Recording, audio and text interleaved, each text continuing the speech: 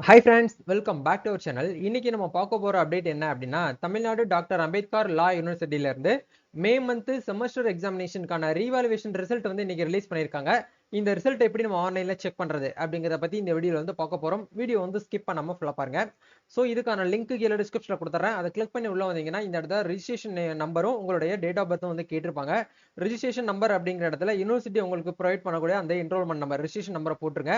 Password அப்படிங்கிற இடத்துல உங்களுடைய நேம் வந்து பாத்தீங்கன்னா கேபிட்டல் லெட்டர்ல ஃபர்ஸ்ட் 4 லெட்டரும் உங்களுடைய டேட் மந்த் இயர் இதை கரெக்டா போட்டு இந்த லாகின் அப்படிங்கிற இந்த டேப் கொடுத்தா போதுமானது.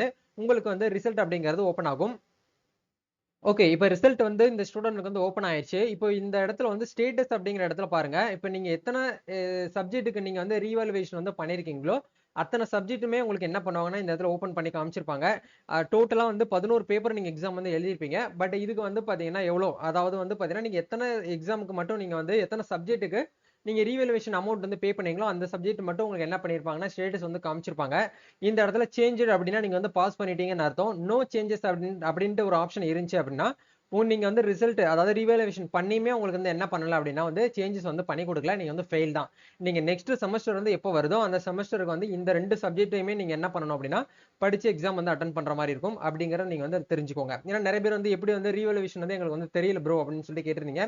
ரீவாலுவேஷன் ரிசல்ட் செக் பண்றதுக்கான ப்ரொசீஜர் வந்து இதுதான். நல்லா கவனிக்கணும். சேஞ்ச் ஆயிடுச்சு அப்படின்னா நீங்க வந்து பாஸ் பண்ணிட்டீங்கன்னு அர்த்தம். சேஞ்ச் ஆகல அப்படின்னா நீங்க வந்து பாஸ் ஆகல, ஃபெயில் ஆயிட்டீங்க. மறுபடியும் வந்து நீங்க ரீவாலுவேஷன் பண்ணியும் உங்களுடைய பேப்பர்ல இருந்து அந்த இடத்துல எதுவுமே வந்து ஒண்ணுமே பண்ண முடியாத பட்சத்துல என்ன பண்ணிட்டாங்கன்னா நோ சேஞ்சஸ் அப்படின்னு சொல்லிட்டு கொடுத்துட்டாங்க.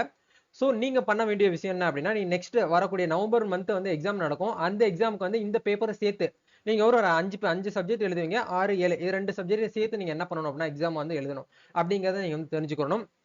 சோ இப்போ இதுக்கு உண்டான மார்க் எப்படி வந்து செக் பண்றது அப்படின்னா மார்க்கை நம்மளால வந்து பார்க்க முடியாது. சோ நீங்க இந்த சேஞ்ச் ஆனதுக்கான மார்க்கை பார்க்கணும் அப்படின்னா ஃபர்ஸ்ட் செமஸ்டருக்கான அந்த இண்டிவிஜுவல் மார்க் ஷீட் வந்து கொடுப்பாங்க பாத்தீங்களா, அப்போது மட்டும்தான் உங்களுக்கு என்ன பண்ணுவாங்கன்னா மார்க் அந்த மார்க் ஷீட்ல தான் பிரிண்ட் அவுட் ஆகும். சோ மார்க் ஷீட் வரும்போது நீங்க வந்து செக் பண்ணிக்கோங்க. இப்போதைக்கு நம்மளால மார்க் அப்படிங்கறத பார்க்க முடியாது அப்படிங்கறத நீங்க தெரிஞ்சுக்கோங்க.